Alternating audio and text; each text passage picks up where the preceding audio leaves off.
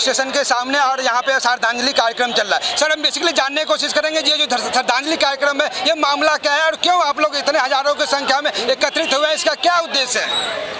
ये जो मामला है ये एक लव जिहाद और लैंड जिहाद से जुड़ा हुआ मामला है। यशस्वी शिंदे जो हमारी बहन है वो दाऊद शेख नाम के जिहादी ने उसकी किडनैपिंग कर उसकी निर्मम हत्या की और बाद में वो फरार हो गया। 2019 में वो दाऊद शेख के नाम के ऊपर यशस्वी शिंदे के परिवार ने 2019 में एफआईआर करवाई थी। तभी वो 3 महीने जेल के अंदर था।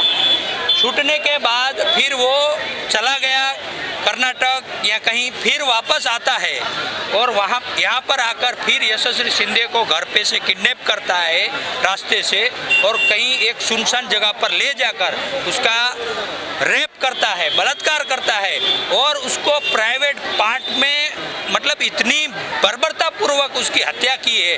उसका चेहरा तो आपने देखा होगा, मीडिया के माध्यम से फोटो भी आया है, चेहरा पहचानने में नहीं आ रहा, लेकिन कपड़ों की वजह से मुंबई पुलिस ने उसकी पहचान की और वो जिहादी को भी अरेस्ट किया है।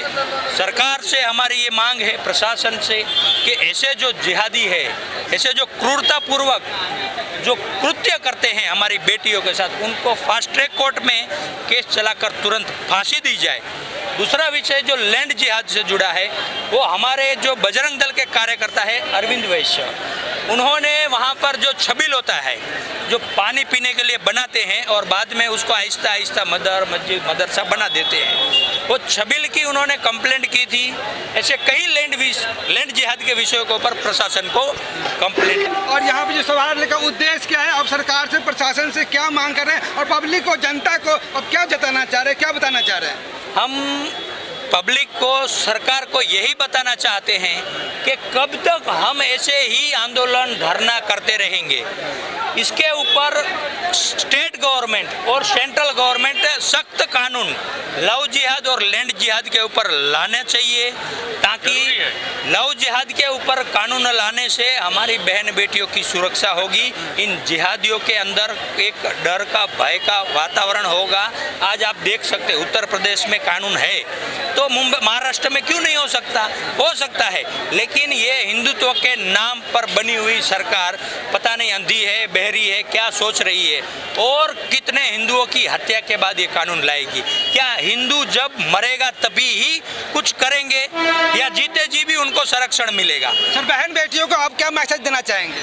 हम हमारी बहन बेटियों को यही कहना चाहते हैं कि ऐसे किसी भी जिहादी के अगर आप संपर्क में है, अगर वो आपको ब्लैकमेलिंग कर रहा है, उस वजह से आपको शोषण कर रहा है, तो आप बजरंग दल को कांटेक्ट कीजिए। बजरंग दल का कार्यकर्ता आपकी पूरी जानकारी गुप्त रखकर आपको मदद करेगा और उस जिहादी से आपकी पूरी सुरक्षा करेगा और आपको बचाएगा। लेकिन हिंदू जो सो रहे हैं, निद्रिस्त हैं, जो उनको जगाने के लिए आपने बहुत सारे कार्यक्रम कर रहे हैं, तो आप बता सकते हैं 1-2 पॉइंट जो कि आप क्या क्या कर रहे हैं? अभी हिंदू समाज सोया हुआ है, ये वास्तविकता है, वो हम सबको पता है, लेकिन अगर हम मैं नहीं करूंगा तो कोई नहीं करेगा, ये जब सभी सोचेंगे तभी इसके ऊपर हिंदू समाज जागरूक होकर आगे आएगा।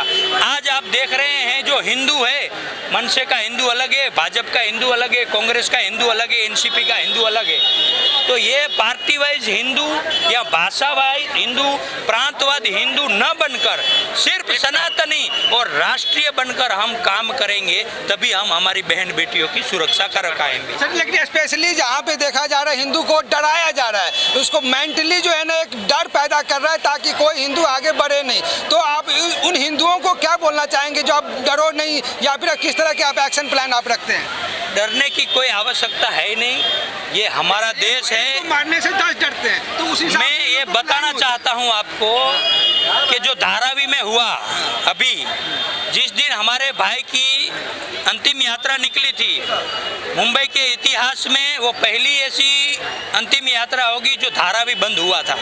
तो ये जो खौफ है बजरंग दल का, विश्व हिंदू परिषद का, वो जिहादियों को अच्छे से पता है बजरंग दल क्या है, और हिंदू समाज की सुरक्षा करना बजरंग दल को बहुत अच्छे से आता है।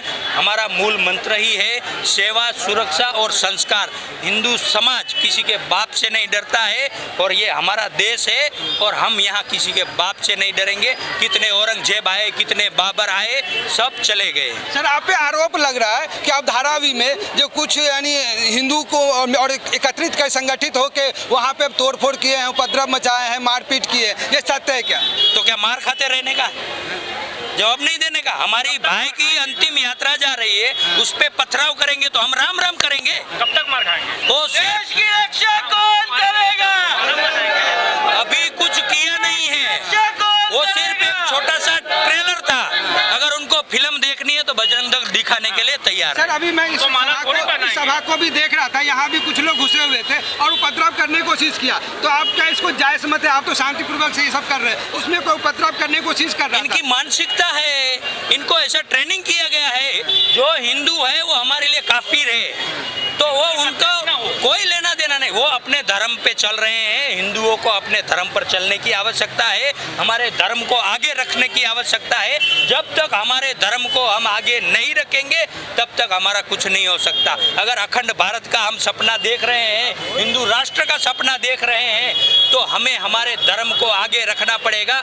उन्होंने उनके धर्म को आगे रखकर विश्व में 57 देश बना लिए, तो हिंदू अपने धर्म को जब आके रखेगा तो अखंड भारत बनाने में कोई ज्यादा समय नहीं लगेगा। छोटा सा परिचय सर। मेरा नाम गौतम रावरिया, कोकण प्रांत बजरंग दल सह संयोजक। ये है गौतम जी और ये विश्व हिंदू परिषद के ही कार्यकर्ता हैं और ये यहाँ पे बोलना चाह रहे थे, हम जगेंगे तो समाज जगेगा, समाज को जगना पड़ेगा और रक्षा खुद करना पड़ेगा, आगे बढ़ना पड़ेगा।